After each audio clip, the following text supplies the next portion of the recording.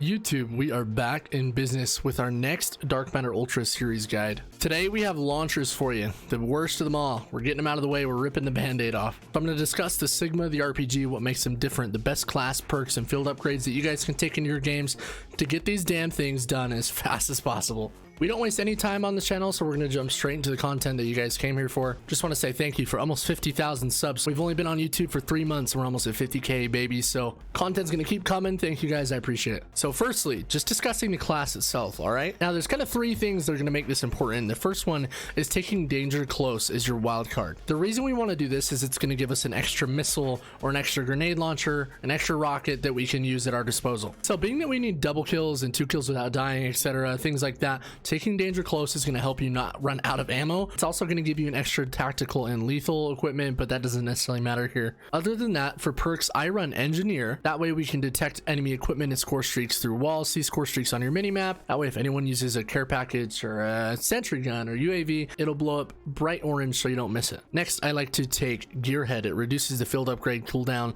and you can store up to 2 field upgrade charges. Jumping over to our field grade before we discuss our third perk, we want to take the assault pack supply cache containing ammo that gives you bonus score for taking down enemies. The recharge time on this is a little over 3 minutes. It's kind of one of the longer ones, so taking that will help you store 2 and recharge it faster. I know a lot of you probably haven't used assault packs, but you can refill from it more than one time. So if you can put it somewhere safe, you can continue to go up there or camp and continue to pick up missiles from it and things like that. Also, we're going to take cold-blooded. That way any AI controlled score streaks don't target you, like sentry guns, attack helicopters, things like that. The RPG is just going to require half of what the Cigma does for some of these challenges, but for the most part everything works the exact same. Now jumping over to the Cigma, you guys can see that where we needed 25 destroying equipment or vehicles, things like that, the Cigma is going to have 50 on all of these, as well as the ground-based score streaks. You guys are probably like, well, that's lame. Well, it's because it locks on. It's much easier. You're honestly going to finish this one a lot faster than the RPG. So I'm going to jump into the game, show you guys a couple settings that you can tweak to make it easier on yourself,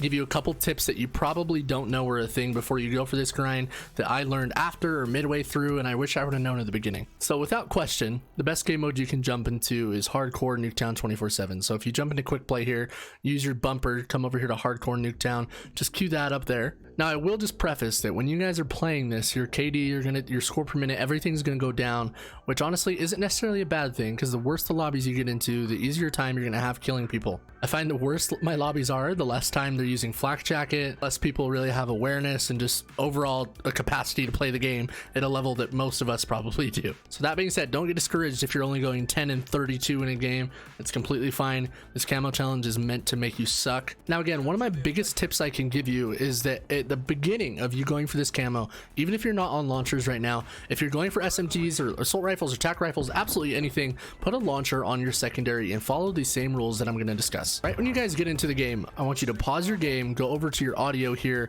and turn up your dialogue volume as high as you need it to be so you can hear the announcer all the time. So after that, jump one more tab over to interface and enable your subtitles so they're on your screen. Just like right there, enemy counter spy plane inbound. So before any of my teammates get the chance to, we're going to turn and shoot these down, and because we're taking danger close, we're going to have enough rockets to shoot down both of them instead of just having 2, so you can quickly get those done. I even have another one here. I have 4 on the Cigma. Now with the eliminations themselves, as far as going for kills, double kills, 2 kills without dying and things like that, what I really would suggest doing is bringing 2 smokes with you, playing just like you would a knife, trying to get 1 missile kill and then meleeing for the other one. This is hardcore, ladies and gentlemen. So sit tight, hang on for the ride, don't get tilted, because everyone is dog shit. Like legit utter dog shit. Like if it was possible to punt a human like across the country, I would punt that man as far as I humanly could. So just like trying to get into the enemy spawns with a knife, we're going to continue to drop our smokes until we get inside of the enemy team's building. I'm going to try and get up in the house, and then what your goal is trying to get 1 launcher kill and then 1 melee kill. So play a tight corner. Are you? Hello? What am I punching the air for? And get a direct impact on that guy and then try and hurry and melee someone if we're able to. This kid is so shitty. Guys, oh my gosh, just power through it. I promise you're gonna run into the worst players you'll ever see in the history of Call of... But you're fine, man. You're fine. Just suck it up. Just deal with it. You'll can get through it, I promise. Literally all camping back here. You get one melee. And there's a launcher. There's a nice little double kill, okay?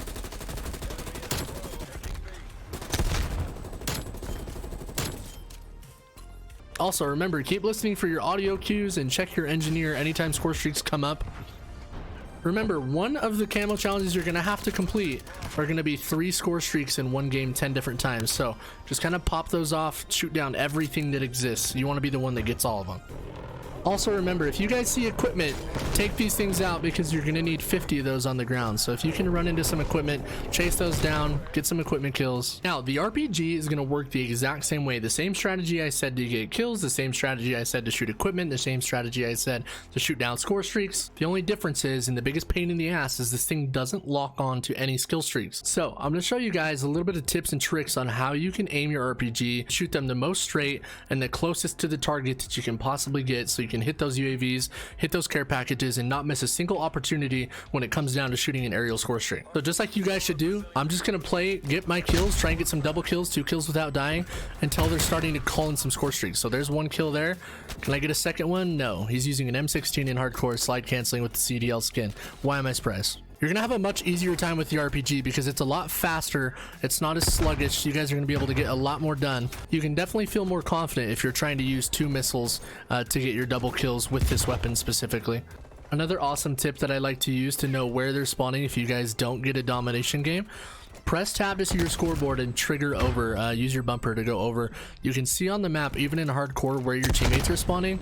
So they might flip spawns right here. So I'm just gonna smoke in place. There's a melee kill. All right, I'm gonna blow up to the car. Okay, there's a hostile spy plane. So immediately when you guys see those, start trying to take your shots at it, okay? So take your iron sight, and I like playing Nuketown because it's the closest map you're gonna get, and you just want to be about 2 inches out in front of it, okay? Know that it moves in kind of a circular, you know, it kind of loops. It does a little bit of a banana route. You're not going to have a ton of time to shoot at it before it's gone, and you need to use every chance you can to shoot those things down. Still dropping down, still not landing. Keep her going. This seriously took me forever, but you guys will hit them. We also have an enemy sentry turret you guys can see through the wall over there. So make the next 60 seconds, or however long that is on the map, your entire life mission is to shoot that damn thing and destroy it, okay? There we go. We heard an enemy care package. Now, this is the holy grail. These things are closest, and they float right below you. So, oh my gosh, I hate the RPG, and I'm so glad that it's done. But like I'm saying, this thing does not shoot straight. So when you hear care packages, utmost importance, okay? You want to shoot those things down as much as possible. Get as close underneath them as you can, because it won't go straight. You want to shoot down every aerial score streak that you can, because again, you need 25 of them, and they take forever. You need to last hit it, okay? If you're not a last hit, it does not count. So destroying that one there is going to count for us. But again, pretty much playing Nuketown 24/7, you're going to have constant action for you guys to get in here and try and shoot these things down. So as you guys can see, here's our Nuketown 24/7 score per minute. The last 4 games, we've dropped that low, but I'm playing in my lobbies where I'm getting 900, 700, 1500 score a minute. So get those off your last 10 games, keep using your launcher, wipe those good games off, and when your last 10 games are awful, your lobbies are going to be dog shit. I'm telling you, even your baby sister could drop a nuke in the lobbies that you're going to get after you use your launchers for 10 games. It's a melee. Oh, he has spawn protection. I hate this game. There's a double kill. Oh, he has spawn protection again. You guys will in your game start to recognize who has flak jacket and who doesn't. Like this chick doesn't. So I'm gonna get 1 kill there. This guy does. Direct impact him so I can still get it.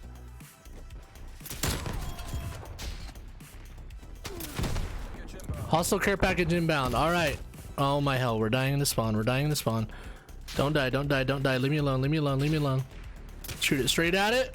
It's so annoying. Tokyo drifting ass. Saucy little double kill. Remember, you guys need equipment kills, so destroy the field mic.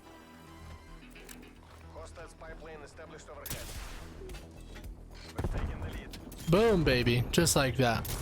If you guys don't have assault packs, you can try and blow yourself up really quick. Get some more ammo. Start shooting at it again.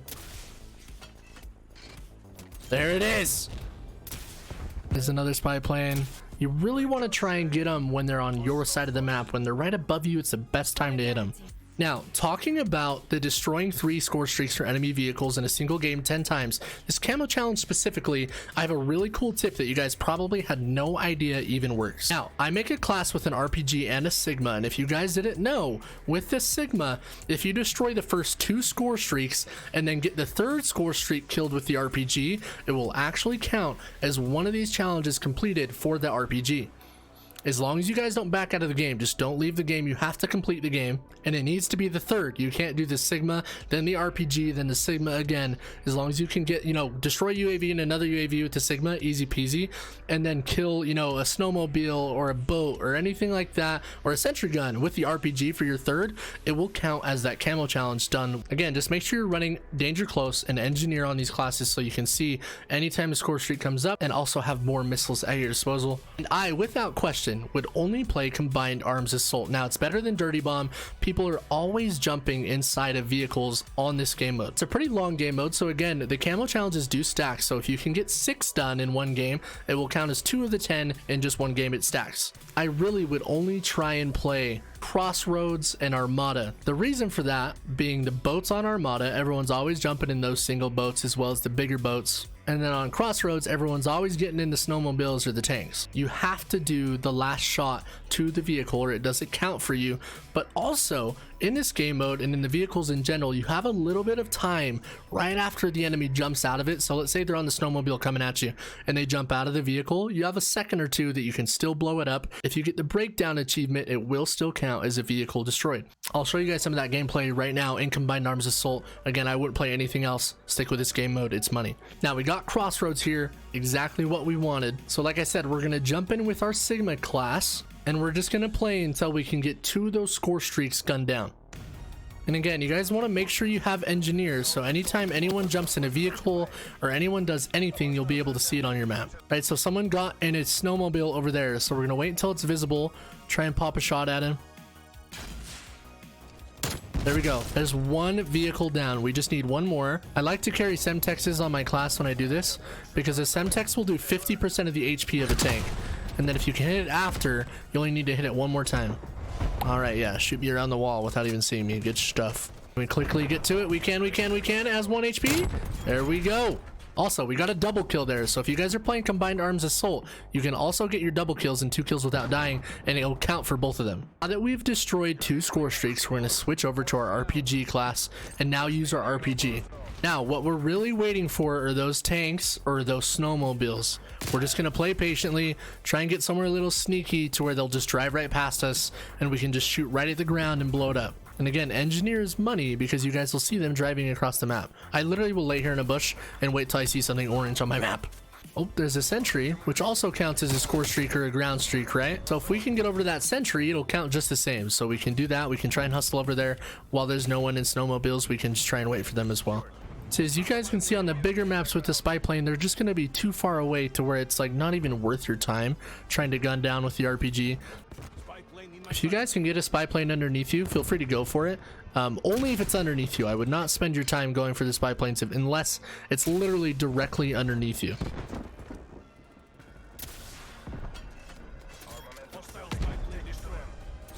We got that one there, so that's going to count as our 3rd.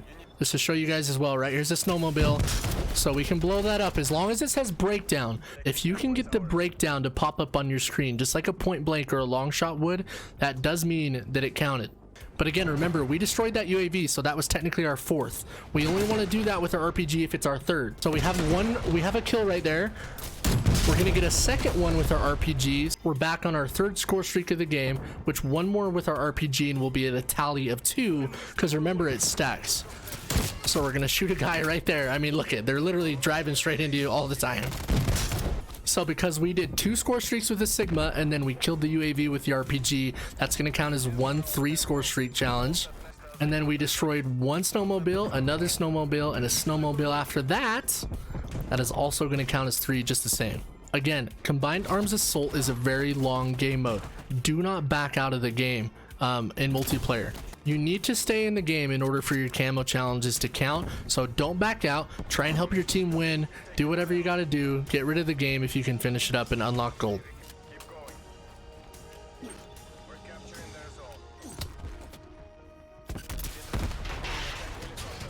As you guys can see, he jumped out that too late, so I didn't get a breakdown on that one. You guys need to see that breakdown come up. But yeah, that being said, that's how I would go about doing the 3 vehicles or score streaks in one game. Combined Arms Assault on Crossroads or Armada is money. Like, absolute, it's just the best way to go. So yeah, I really hope this video helped you guys out. If you're stuck on the launchers, I know they're absolutely awful. The aerial score streaks on the RPG, I promise you'll get through them. Just have some patience. Keep trying to shoot them straight. Eventually they'll go straight. Let me know in the comments which weapon class you guys want to see tomorrow. I could follow this one up with the thumper and the knife because they kind of go together a little bit. If you guys want to see the grenade launcher tomorrow, leave a like on the video, drop a comment below. Thank you so much if you've made it to this point in the video. I hope everything that I've said has been very helpful for you. I try not to waste any time, talk about anything that's just bullshit and doesn't help you. And yeah, don't forget to drop a sub because we're almost at 50K. And that's insane. We live stream on YouTube every Tuesday, Thursday, Saturday, and Sunday. So if you're new around here, come check it out. It's a super fun time. I love you guys. Take care. Have a kick-ass day. Sleep well whenever you're watching this. Peace out. Thank you. Love you.